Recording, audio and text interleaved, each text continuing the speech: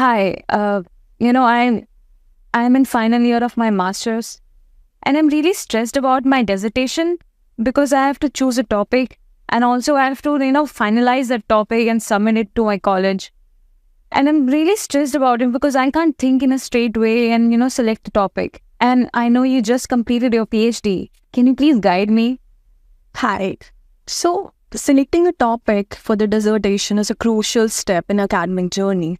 So, the steps you can take for choosing the topic first is, in your master's, you have studied so many subjects. While considering the domain and other expertise, if I'll talk about in general way, which assessment do you like the most, or which subject do you like the most? You can select the topic from there.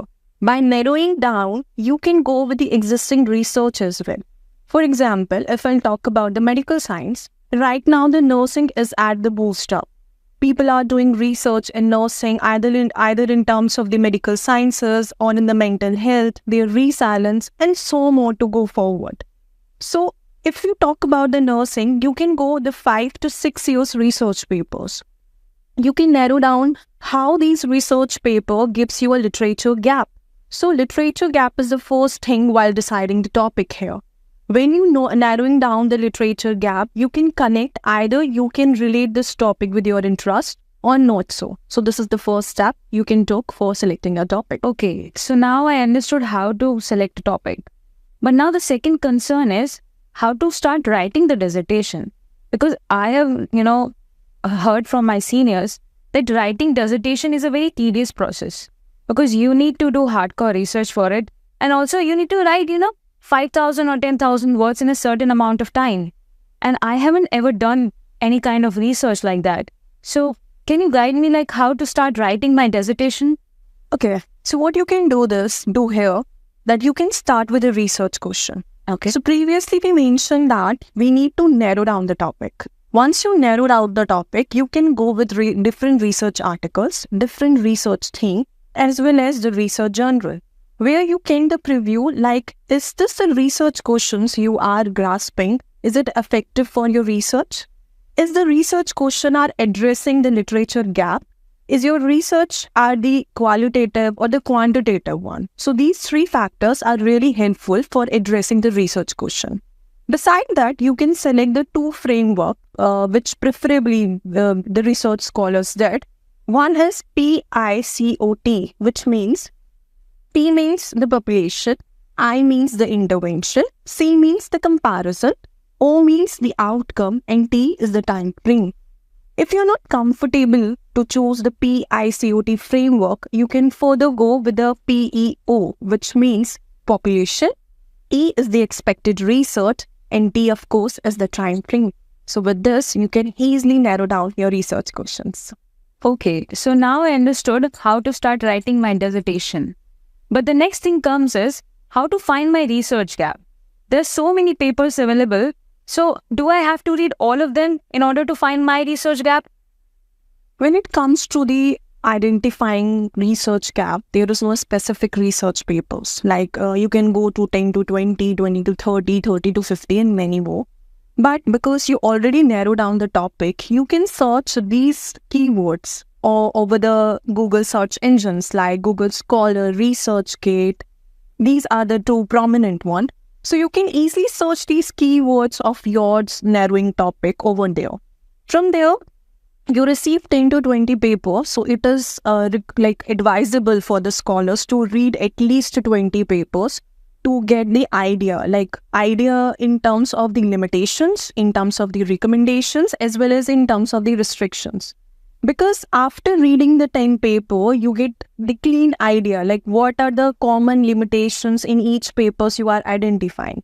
And these limitations you can easily document somewhere. And then after you can connect with your peers, with your mentor, with your supervisor, so that they can also help you. Yes, these research questions are good. You can go with these research questions. So these are the 3 steps you can follow while deciding or while finalizing your research questions. So now I understood how to fill the research gap. But the next question comes is, I've been provided by a template from my university where it's mentioned that abstract is, written at the beginning of the dissertation. But I have a general information about it, that abstract is meant to be written at the last of dissertation. So, what should I write first, abstract or introduction? Okay. So to answer that question, there should be some guidelines, as you have mentioned, that university has asked to the student to submit the abstract either at the initial stage or at the final stage. So if I talk about the initial stage, so what do you think that when it comes to the abstract, you can mention to the university that you are planning this methodology to be adopted, and these results will be the possible results for your dissertation topic. So if it comes to the initial state submission, you can mention these things in your abstract. But when it comes to the final submission, then abstract will hold what are the result has been obtained. So in both of the term, abstract can be submitted at the initial stage, but with the possible outcome, and at the final stage with the achieved up. So in that way, the abstract can be submitted in either way. And introduction? When it comes to the introduction, so after submitting the abstract, when it comes to the introduction, so introduction means you are introducing your topic, like why you choose this topic, and from where the research questions come, which methodology you are adopting for your research, what will be the outline for the remaining chapters. This will comes under the introduction, and of course, this will goes after the abstract. So now the thing comes is material and methods. Now the confusion arises is, what should I go for? Qualitative or quantitative method? And even in that, there is primary and secondary research. So what should I opt for? Okay, so while deciding the research questions, you have came across the different methodology as well. For example, you are opting a literature gap from one paper, and in the same paper, you are identifying that this researcher has been opted the qualitative one. While identifying the other research paper, you will choose like this researchers had opted the quantitative one. Okay, so while you are documenting everything, you need also document like for this question or this literature gap, the researcher choose the qualitative one, the researcher choose the quantitative one. And then after, when you are deciding your methodology part, you also need to make sure that either you have time frame or the limited time frame you have in your hand. For example, if you're talking about the qualitative one, which mostly involves the observation, survey, focusing group, it means that it should be the non-numerical data. You need to go with the participant, grasp their perception, their views, and then document everything. This means it will take a large time frame in your hand to conduct that kind of research. But when it comes to the quantitative research, it means you can go for the secondary one. You can take the data from the existing research, take their values, and use some tools to analyze these one. So the quantitative one won't take much time because that was already in your hand. The research is in your hand. So first thing is about the time frame. If you have that time so that you can go for the qualitative one. Other thing is the research questions are that good that are suggesting for the qualitative research or the quantitative one. And if you're confused in both of the way, you can go for the mixed one as well, in which you can segregate 10 to 8 interviews for the qualitative one, and the remaining one you can choose data for the quantitative one. But this is not it. End of it, sorry. Because when it comes to both of the research, you also need to make sure that your mentor are clear on that objective as well. Because at last, your mentor will recommend the thesis, the research questions. So after the time frame, after the qualitative and quantitative one, you should directly go to your mentor and ask the same query as well. So this will give you more transparency over the chosen one of your methodology. So primary and secondary method are the two distinct approaches for gathering the data. Both of them have their advantage and demerits. So if I talk about the primary one, it means we are collecting the data directly from the participant, from the different stakeholder. One of the advantage of the primary is that the amount of data is in our hand. It means that to how much participants we want to get the opinion, it will be directly in our hand. When it comes to the 10, 12, 30, 50, depending on our time frame. So the quality of the data. First thing is the prominent advantage of the primary research. When it comes to the demerit or the demerit of the primary studies, it means that it is very expensive process, because when it comes to the sending the questionnaire to different participants, which method are you using? If we talk about the telephonic conversation, it means you don't know either the call will connect to the client or not. When it comes to the email sending to different participants, you don't have any idea either they will respond or not. So in that aspect, it is very cost expensive, or it is very expensive method. Other one is the secondary one, or we'll talk about the secondary method here.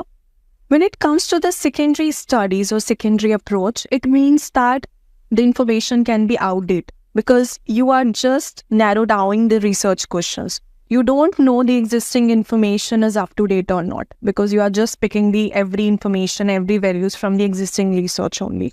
So this is one of the demerit for the secondary research method. But at the same time, secondary method means you're collecting data from the existing research. It means that you can also get the outdated information, which is considered the most prominent demerit of this methodology.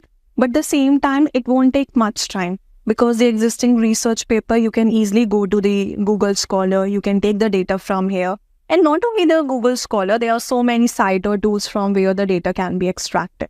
But at the same time, you can go with the meta-analysis with the secondary data, which cannot be possible with the primary one. So these two distinct features help you to get a grasp either which research methodology you can choose for your thesis. So the next thing comes is results. Now I have to finalize my results for my dissertation, but how should I do it accurately? There must be some tools, to have my results accurately. Can you please mention them? Okay. So if I talk about the quantitative one, which means I'm selecting the secondary research here, or the primary one, depending on. So if I talk about only the quantitative specifically, you can choose the SPSS. We can also use the Excel over here, which can gives you the result. But when it comes to validating the research, or to ensure the results are good, bad, they are actually that result which is being required, or you are not sure either the result is correct or not, these things can be validated with the existing research, because anyhow you have chosen the data from the existing only. So whatever the outcomes are coming, you can validate simply with the existing research. But when it comes to the qualitative one, the resources are limited. There is only one tool right now we are using for the qualitative research, which is NView. So NView, what actually did is, it used a triangular method, the theme method, the coding method. So it coding down every variables in the qualitative one and their perception. It is quite similar as we are choosing the keywords for the Google research engine. So qualitative holds in this aspect. So right now what I can say is, when it comes to the qualitative research analysis, it is a bit complex when it comes to the quantitative one. But the SPSS, Excel and the NView are the three different tools we can use for both of distinct research. Okay. So now after the results comes conclusion and discussion. But I have written everything in my results. So now what to write in conclusion and discussion? It's so confusing. Okay, so most of the time what happens when it comes to the discussion and conclusion, students feel like you have mentioned confusion here. Yeah. When it comes to the discussion, here simply you are addressing the research questions with your research. Either the outcomes you are achieved have addressed the research questions you have mentioned in the introduction part or not. This goes to the discussion part. But when it comes to the conclusion, it means that what your dissertation actually concluding. What are the outcomes from your research questions has given to the other research scholar to explore it? Or I can say, what are the key pointers you can say, yes, you achieved this from your dissertation. That goes to the conclusion section. Not only the conclusion one, you can also mention the recommendations. Like this pointer has not been addressed, or for the further research, you can go for this pointers. So this also goes for the conclusion part. Okay. So now I got a glimpse of what all need to be included in my dissertation. But how to write, how to write 7,000, 10,000 words in a dissertation, and that too without plagiarism? Okay, so the first thing you can do for that, you can make the outline of the complete work. For example, for different universities, you have a different formatting, or not the formatting, you have the different outlines. Some universities ask for the chapter 2 literature review, but some ask for the chapter 2 methods and methodology.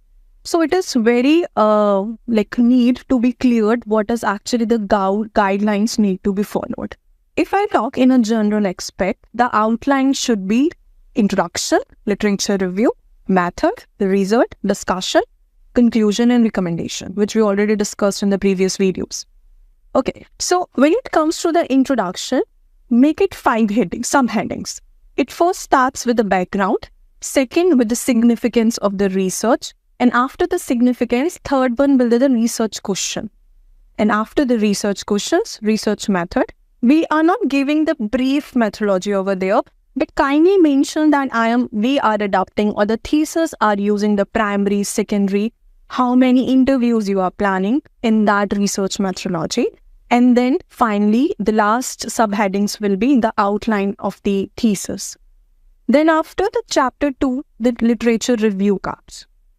So in the literature review, as like I mentioned, you can go with a 10 to 20 research paper and start addressing like what are the key pointers or the key research questions you have identified. For example, when I talk about the nursing as a mental health, you can take it as a topic and start what the other authors are saying for in that aspect. Author XYZ are saying this, and then from that research, you can mention the literature gap. So 4 to 5 paper you can take, write it down their summary and mention the literature gap you can find out from that 5 research. Then take a next subheading, follows the similar manner. And finally, you can make a table of the literature gap. You can identify it from the different research papers. So that completely joins to the literature review part. When it comes to the research methodology, so there are 2 different patterns we need to follow. If I talk about the qualitative one, so first thing is about the sampling, which means how many interviews you are planning, which you already mentioned into the introduction as well. But after the sampling, it should be specified to whom you are targeting with. Either the company or the student or the university people, teachers, according to the research questions you have selected, of course. Then the third thing is the analysis. Which software you are planning to use? SPSS, Excel, or the Nivea, or whatever. Or like if you are not planning to use any software as well, no issues, but make it clear. Data analysis, how the data analysis can be done. Fourth subheading should be ethical applications. If you are taking the interviews, how you are planning to acquire the privacy of the participant. This should also followed into the ethical way. So it goes to the qualitative one, but when it comes to the quantitative one, the patterns differ. Here we are not talking about the samples, but we are talking about the case studies. How many case studies you are planning to use? And of course, you should target the latest 5 years case study, because otherwise it goes to the outdated information, and no one wants to have that outdated information in the thesis. So you should directly go with the 5 existing papers, 5 years existing papers, and then select the 5 to 10 case studies depending on the word count you are preferring to or your university has mentioned. Then after you go with the triangular method or the coding method, like which variable would you prefer to go with that case studies? Of course, and the quantitative one, the ethical application will come into the picture, because the case study should be select only after getting the privacy information or after acquiring that information from that company. So you should also send the acceptance letter or send the acceptance to that company that yes, we are selecting this case study of yours company. So this should also goes for the quantitative one. So these are the 2 different templates you need to follow when it comes to the methodology chapter. When it comes to the chapter 4, which is the research section. So in the research chapter, of course, because we are using the 2 different methodologies, so the template for the chapter will also differ. If I talk about the qualitative one, we should the first thing we should mention about the sampling description, to whom we are targeting, as we already mentioned in the methodology as well. But when it comes to the research chapter, without defining their name, you can mention that you select this community. You are interviewed 5 to 10 of this community people. Like, you should be specifying the things. Now you are going deeper into the community you have selected. Which community you targeted, and among this community, how many people are actually responded. And then for every respondent, for example, the stakeholder one, you can simply mention that, because we are taking care of the privacy issues there. So we can't simply mention the name. We'll mention stakeholder one or the participant one, and he or she mentioned this. And then again, for every 10 people, we mention their perception into the quantitative, into the qualitative one. In the similar, because first heading is the qualitative study or qualitative method, then comes to like validation of the research. It means that whatever they give you, because there are the chances that the participant give you the biased information. Also, they give you the information or their perception just for the sake of interview. So they simply mention like this thing she followed or he followed, but how we are verifying these things, that either they giving the ideas are correct or not. So the everything we validate with the existing research, so that we can verify the perception we get from the different stakeholders are correct. So this should be the two headings into the qualitative research. When it comes to the quantitative one, first thing is about the geographical information. It means that number of participants or number of case studies you have selected, first thing. Secondary thing, about the SPSS result. Which tests you have been taken. T-test, regression, correlation analysis, ANOVA analysis, which ANOVA, one-way ANOVA, two-way ANOVA. So these should be specified. The result screenshot should be there when it comes to the data analysis part in the result section. There you are not verifying the information, but you simply giving the results you have obtained. And that's it. You are not validating anything, nothing. Because we already verified the same thing, or I can say the same pattern we already followed in the qualitative one. Because nothing is there. Apart from the trading method we have mentioned, triangular method, like which variables we have took. Either these variables are related to the perception the participants said or not. This goes to the qualitative one only. But in the quantitative, we gives the screenshot of the result we obtained. These are the result part. When it comes to the next chapter, which means the discussion chapter. So now there is a big picture come. Whatever the result we are obtained, are these results verifying the research questions we have mentioned in the previous chapter or not? Or we can start with research question 1 and then give the output related to that research question. Or not, if we are not, like, because we already shown the output in the chapter 4 already, we can simply mention the outcome obtained is this, and this is easily verifying the research questions we have mentioned. The similar patterns need to be followed for the qualitative one, qualitative method as well. But there we can mention that participant mentioned this, and this can easily verify our research question or addresses the research questions. So discussion comes into that way. Then once we address all the research questions into the discussion chapter, then goes to the chapter 5, which would be the conclusion. So what we are actually concluding. So we can say participants say this, literature say this. So we are giving this outcome, that my research goes this, my research giving this outcome, or my research validating the result this, so it can benefit it into that way. These all goes to the conclusion part. But once you're done with the conclusion, there comes the section recommendation. Now what would you recommend?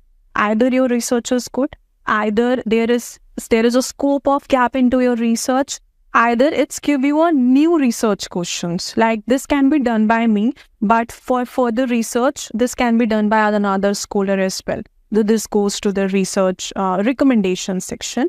And then finally, which is the reference section, which actually a crucial part the student and make so many mistakes in this section.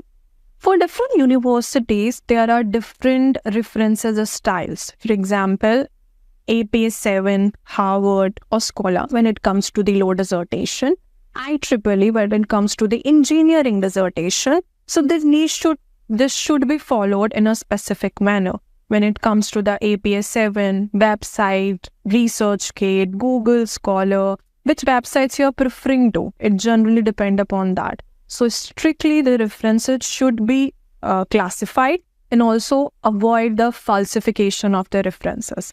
Because right now we are able to use the ChatGPT. We have the another different tools. We are easily paraphrase entire dissertation. We have Grammarly. We have Quillboard. So if you are using these tools into writing your dissertation or writing the 700 words, I used to say that's completely fine. Use these tools, no worries, but paraphrase the documents. Paraphrase every 500 words you are writing. So when it comes to writing the dissertation, I prefer first make a raw draft and then start paraphrasing it. Try to paraphrase 500 to 600 words in a day. Use ChatGPT, use Perplexity, but don't make the falsification of the references to be cited into your document, because ultimately it will come into the similarity index and it will affect your grade as well. So always paraphrase your document while taking raw contents or the direct contents from any literature reviews. Of course, in research section, there is no need to use any software, because that are just the explanation of the things that you have obtained. So no need to use any tools or any other things into the research and discussion. But finally, after written all those things, proofread the document. Because was, were, has, have, the verb corrections, the Grammarly corrections, or the grammar verb incorrect sentences, this all comes under into highlight when you read your document. And I used to prefer that don't proofread by yourself. Give your thesis to some seniors, to your mentors. Because when you are writing, you are into the track of writing the things. You are not much clear, or you have a clear idea, yes, I have written this will gives you this information. But when your mentor have read your document, or mentor will read your document, he or she can easily identify, because he starts reading the dissertation like a story. If the story is not building up, he'll correct you. So always make your document to be proofread by the another people, or if there is no scope for that, try to avoid to read that document within 2 to 3 hours. Just let it be. Read after 2 days. You yourself may correct so many errors of sentence making into the proofreading of that document. And I guess that's it. This is the complete way to outline, to write in, and to reference.